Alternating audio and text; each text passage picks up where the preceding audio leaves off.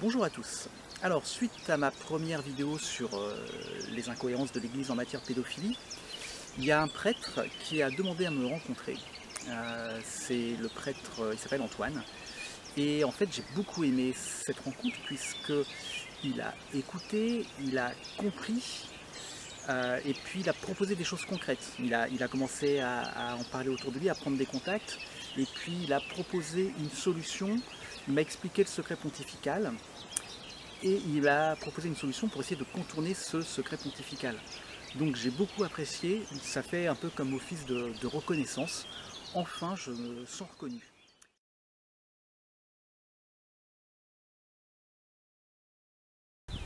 Alors l'effet incroyable de cette rencontre, je me rends compte maintenant, cette rencontre a eu lieu il y a 10 jours, et en fait depuis quelques jours, je sens que ma colère a changé de forme. Et ça c'est incroyable. J'ai toujours de la colère contre l'Église, mais c'est plus la même qu'avant. Avant, cette colère, elle était tout le temps là. Elle était envahissante, elle était hargneuse, elle était mauvaise. J'avais pas de contrôle dessus, c'est la colère qui me contrôlait. J'étais l'objet de la colère, j'étais prisonnier de cette colère. Enfin voilà, je m'en sortais pas.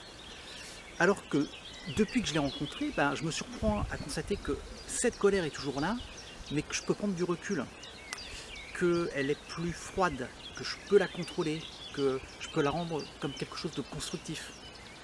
Donc il y a une distance qui est prise par rapport à cette colère.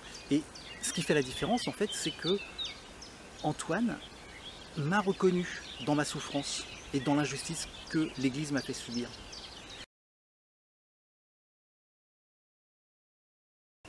C'est-à-dire qu'Antoine, il a une démarche envers moi qui était juste et qui était pour moi, qui n'était pas pour lui.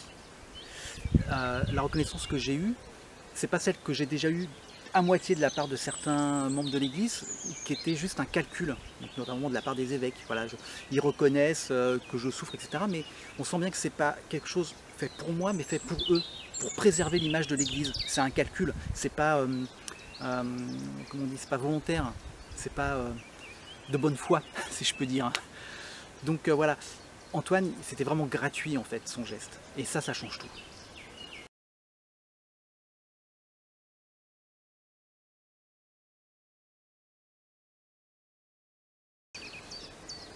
Donc une vraie reconnaissance totale, sans être à moitié dans la vérité, à moitié dans le mensonge, à moitié dans la lumière, à moitié dans le silence, à moitié dans la dissimulation.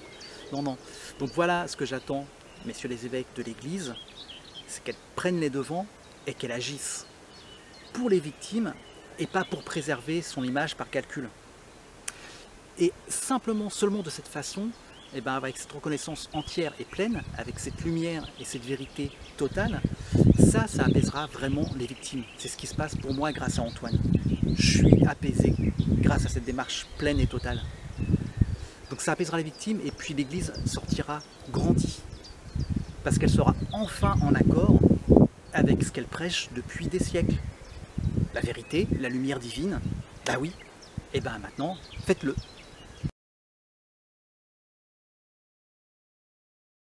Alors quand je parle de lumière et de vérité, il faut travailler sur ce secret pontifical, sur la communication des archives d'un prêtre qui est mis en cause pour pouvoir que les victimes puissent connaître ce qui s'est passé, pour mettre les victimes en relation, parce que ça fait toujours du bien de connaître d'autres victimes. Enfin voilà, voir toute cette démarche de lumière.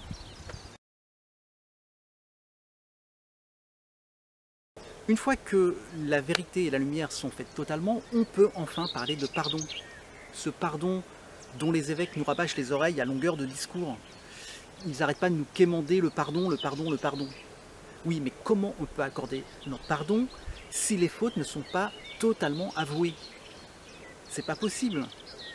Donc une fois que toute la lumière est faite, oui, on pourra accorder le pardon. Mettez pas la charrue avant les bœufs.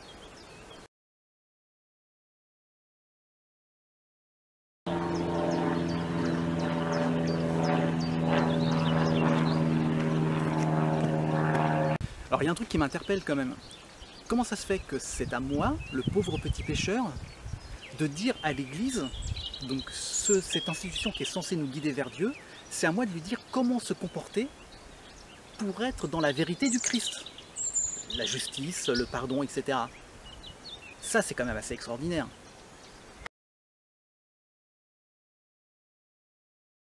Alors, Antoine a été le premier à m'expliquer le secret pontifical dans mon cas. Pas forcément dans le cas de toutes les victimes, mais dans mon cas. Dans mon cas, il y a prescription.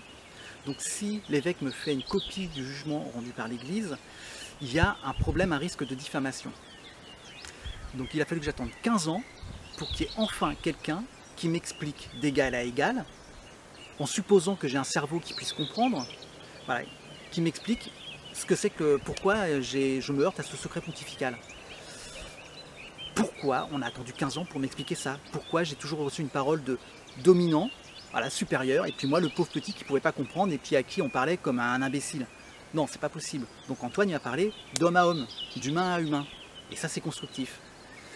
Et donc je peux comprendre ces problèmes de diffamation. Et donc là le problème en fait, est repoussé à la République et au problème de la prescription républicaine. Ça sera l'objet d'une autre vidéo. Mais concernant ce secret pontifical, Antoine il a une idée, c'est non pas de dire que Perceval a été jugé coupable, mais qu'il a été interdit de délivrer la messe, interdit de délivrer la confession, suite aux plaintes de monsieur machin, etc. Ça c'est des faits. Donc proposition concrète, voilà, 15 ans, il a fallu attendre 15 ans pour avoir ce truc-là. C'est pas normal. Alors du coup, le secret pontifical, on voit que c'est lié à la prescription républicaine. Donc ça, je vais reparler de la prescription républicaine dans une autre vidéo. Mais donc pour l'instant, pour finir là-dessus, messieurs les évêques, voilà ce que vous devez faire. Un prêtre, qui n'a pas les mêmes fonctions que vous a montré la voie à suivre. La vérité, pas de moitié de vérité, la vérité totale, la lumière totale. Et puis, voilà, comportez-vous enfin en seigneur. On vous fait appeler, vous faites appeler mes seigneurs, mon seigneur. Montrez que vous êtes des seigneurs. Agissez comme tel.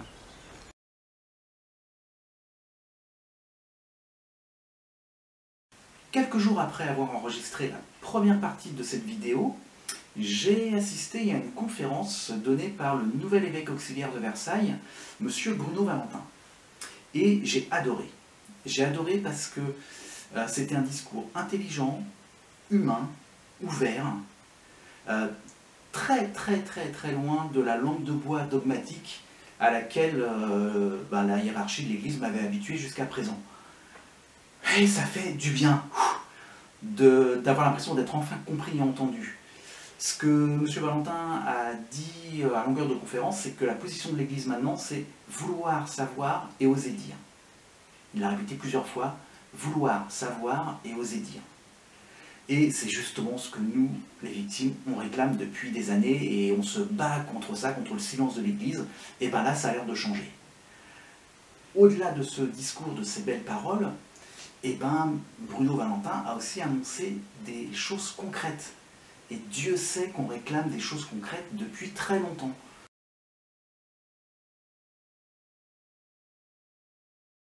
Dans les choses concrètes qui ont été annoncées par Bruno Valentin, les évêques commencent à réfléchir à une réforme du secret pontifical. Le problème de ces procès de curés pédophiles, mais ces procès qui restent internes à l'Église, le prêtre est jugé par d'autres prêtres, les victimes ne sont pas représentées, le jugement n'est pas rendu public, enfin il y a plein de choses qui ne vont pas, et visiblement ça y est, l'Église commence à s'en rendre compte et à réfléchir à ouvrir les procès, à communiquer le jugement. Ah ouais, c'est tout ce qu'on demande, de la lumière, de la vérité. Donc si ça aboutit, c'est vraiment parfait.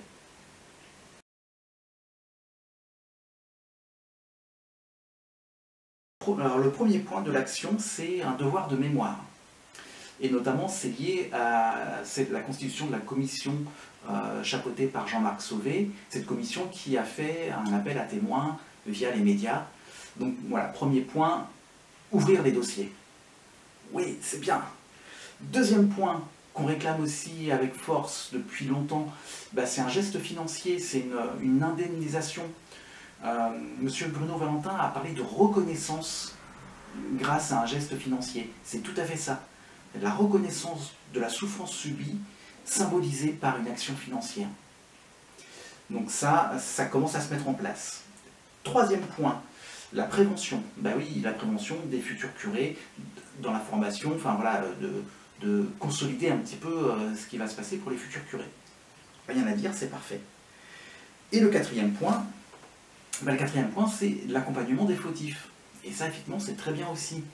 Moi, dans l'autre vidéo, je réclamais de rendre les curés fautifs à l'état laïque. C'est vrai que si on réfléchit un peu plus loin, on peut se poser la question que rendre à l'état laïque un pédophile, c'est le lâcher dans la nature. Donc la vraie question, un peu plus intelligente, c'est de se dire, mais qu'est-ce qu'on fait, qu'est-ce que l'Église fait de ces curés-là? Est-ce que l'Église les garde en son sein et s'occupe d'eux par des soins, par une surveillance pour pas qu'ils s'en prennent à d'autres enfants, etc. Donc là, il y a un vrai débat, mais justement, le débat est ouvert.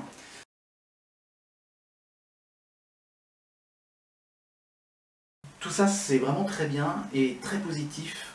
Ça change. Et je suis plein d'espoir avec des hommes comme Bruno Valentin. J'espère que l'Église est remplie d'hommes comme lui, parce que ça fait vraiment du bien.